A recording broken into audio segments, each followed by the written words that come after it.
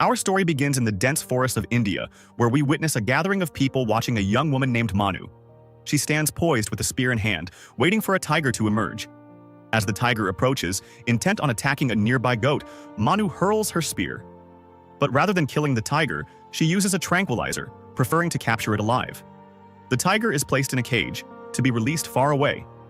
Among the onlookers is a man named Diksad, sent from the city of Jhansi. Struck by Manu's bravery and spirit, he returns to his kingdom and informs the Queen Mother that he has found the perfect bride for the heir to the throne. The next day, he visits Manu's home and formally requests her hand in marriage from the local leader who raised her, even though her father is present. The leader agrees, but insists that Manu must consent first.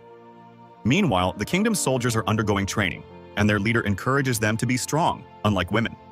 Manu overhears this and challenges him, demonstrating her fighting skills. She bests him in combat, earning the admiration of Diksad, who is further impressed by her strength and determination. The leader then makes a wager with 3 of his guards, promising a reward to anyone who can disarm Manu. All 3 attack at once, but Manu easily fends them off, showcasing her remarkable skills and control. Later, she mounts an elephant, impressing the leader, who congratulates her and offers her a book, knowing she loves to read. He then informs her of a marriage proposal, but Manu declines, saying she has been raised to be a warrior, not a queen. Despite her reluctance, Manu is eventually persuaded by the leader and her father, who sing a patriotic song about the importance of their country.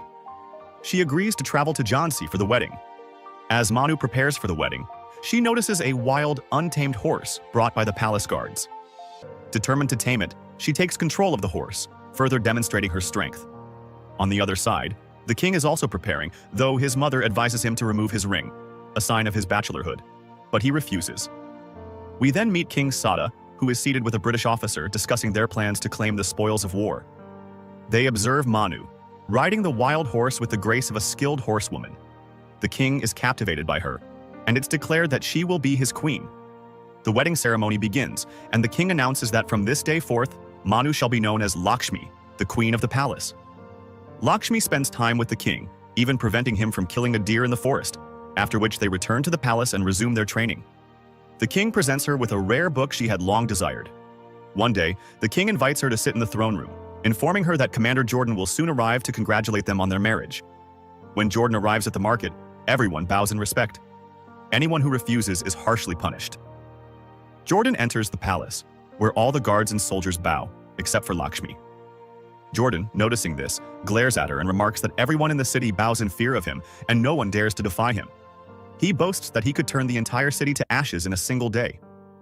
Lakshmi, undaunted, replies that she fears no one but her creator, and her refusal to bow is not out of disrespect, but a reflection of her own honor and self-respect.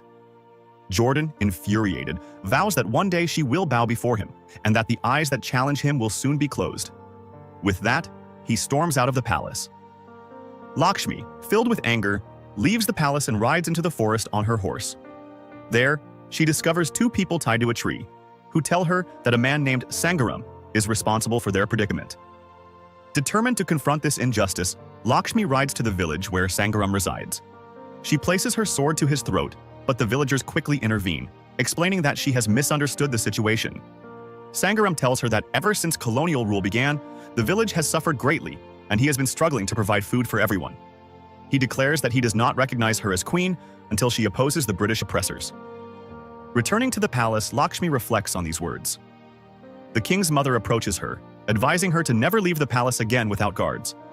But Lakshmi, defiant, tells her that from now on, she will not leave the palace at all, and her place will be in the royal kitchen. She declares that from now on, she will treat the British as enemies. That night, British soldiers, led by Jordan, invade the palace and seize control. They send a message to Lakshmi, informing her that they intend to take over the entire city, and that if she resists, they will destroy the palace and fight her with all their forces. Lakshmi defiantly responds that the palace does not make her a queen. As long as the people support her, she can accomplish anything. She then leaves the palace with her child, followed by the entire populace. Jordan is enraged by this and sets fire to the library, further straining the already tense relationship between the Indians and the British.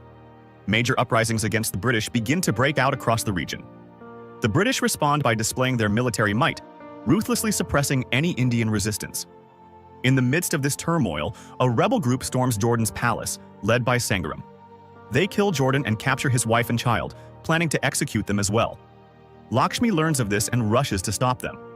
She intervenes, arguing that women and children have no place in this conflict, and to harm them would be a massacre.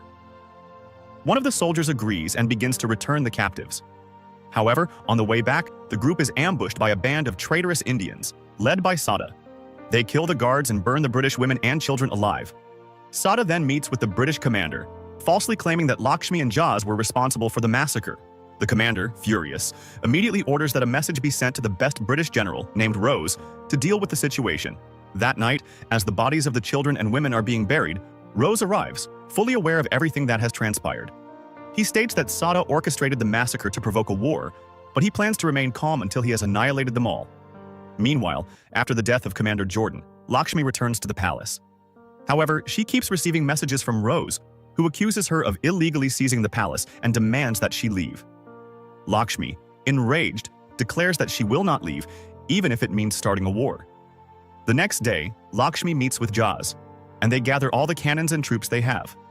However, their forces are insufficient to repel the British army. Therefore, Lakshmi calls a meeting with the women of the city, questioning why they aren't participating in the fight just as their children are. She encourages them, saying they have the power to defend their homeland. Inspired, the women cheer her on, chanting her name. That night, Lakshmi instructs the people to bring any metal objects from their homes so they can be forged into swords and shields for defense. Everyone works together, and soon, Lakshmi begins training the women herself. Despite the lengthy training process, the women's skills improve significantly. At the same time, the British army is planning their assault on the palace. One day, a group of rebels arrives, asking to join Lakshmi's forces, declaring they will fight with all their might. Lakshmi agrees, emphasizing that the most important thing now is their country. The scene then shifts to the army, now stronger and more capable. They devise a plan where each soldier must take down 3 enemy soldiers, believing that this will secure their victory. The next day, the British forces approach the palace and surround it, leading to an intense battle between the two armies. Cannon fire erupts, but the palace walls are incredibly strong and not easily destroyed. Commander Rose then comes up with a strategy to concentrate their cannon fire on a single spot, the palace temple. They execute the plan successfully, but then stop the cannon fire, fearing that they might destroy the temple. With no other options, they decide to rely solely on breaching the wall. Lakshmi, seeing the situation, says she has a solution. She opens the palace gates, and a group of soldiers led by Lakshmi herself emerges with cannons. They engage the British forces in battle, advancing until they can fire back with their cannons. Lakshmi is knocked down but rises again, launching a fierce attack on the commander. She manages to capture him, dragging him across the ground by his leg. However, he pulls out a knife and cuts the rope, all while Lakshmi looks at him with disdain. She then retreats back to the palace. Meanwhile, the British forces begin to fall back. Sada offers to help them, revealing the weakest point in the palace defenses. They prepare their largest cannon and launch a night attack on the palace. The cannon fire strikes the weakest wall, creating an opening for them to enter. Inside the palace, Sada has planted a group of traitors who begin killing Lakshmi's soldiers. Jaz arrives with reinforcements to stop them, but he is wounded and killed in the battle. The situation deteriorates rapidly, and Lakshmi decides to join the fight herself, determined to eliminate the invading forces. She fiercely battles the British soldiers, killing many of them. Amidst the chaos, Lakshmi hears a cry and rushes in to find a group of soldiers searching for her child to kill him. She confronts them and engages in a one-on-one fight, taking down each soldier as they attack her, ultimately saving her child. As the battle rages on, Lakshmi and her supporters devise a plan for her escape. A young woman dresses in Lakshmi's royal garments and, carrying a large amount of gunpowder, exits the palace. The British soldiers spot her and pursue her, believing her to be Lakshmi. Her husband tries to protect her, but is killed. When the British finally capture her, they discover that she is not Lakshmi. Then, in an unexpected turn of events, she detonates the gunpowder, killing all the soldiers present. This allows Lakshmi to escape from the fortress with her child. As she flees, she witnesses people sacrificing their lives for the cause. The next morning, she arrives in the city where her family resides, only to receive news that the city of Jhansi has been destroyed and all the soldiers killed. Enraged, Lakshmi declares that they will continue to fight until they become a united people, stressing the need for unity to liberate their country. Those present feel a deep sense of responsibility for their homeland and decide to join the fight. Meanwhile, Sada is with the British forces, speaking to Commander Rose. He demands a piece of British land to rule as a reward for his loyalty. Rose laughs and tells Sada that someone who betrays his own country cannot be trusted. Having taken what they wanted from him, the British soldiers are ordered to arrest him and throw him in prison. At the same time, Lakshmi and her father are devising a plan to liberate the city held by the colonizers. Lakshmi remarks that the leaders, due to their treachery, are toying with the emotions of the people and the army. The next day, Lakshmi arrives in a city called Juwanir, entering alone. The city's king orders her to be killed so he can deliver her to the British forces. As the soldiers open fire on her, Lakshmi begins to speak, urging them to unite to save their country, condemning their actions as betrayal. Her words awaken the soldiers' consciences, and they allow her to enter the palace. Once inside, Lakshmi confronts the king, forcing him from his throne and warning that he will be killed if he is seen again. She takes control of the city and its soldiers, gaining the support of the people. Shortly after, she repeats this process in another city, successfully adding more soldiers to her forces.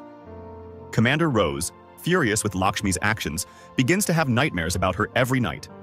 He convenes his war council and decides to launch an attack. When Lakshmi learns of this, she gathers her council and declares that they will launch the first strike, catching the British off guard. The next day, dressed in battle armor, Lakshmi prepares to lead her troops. The British forces also prepare for battle, but they are caught off guard by Lakshmi and her army's surprise attack. Rose, filled with anxiety, orders his troops to capture Lakshmi alive. The battle between the two armies begins, with Lakshmi proving to be unstoppable on the battlefield, killing anyone who challenges her. Seeing her strength, Rose orders his soldiers to retreat, and they begin to throw gunpowder around her to keep anyone from approaching. However, Lakshmi continues to fight with all her might, killing many soldiers. As Rose gets closer to kill her, Lakshmi is suddenly shot in the back, but she refuses to surrender, standing up to prevent anyone from claiming they defeated her. Then, she throws herself into the fire, becoming a beacon of hope for her troops. As the battle ends, it is revealed that both sides have retreated, and Commander Rose admits that Lakshmi was the most formidable warrior he had ever faced. 2 years later, the true revolution begins in Lakshmi's name, and the British forces start to withdraw from Indian soil. And that's where our film ends today.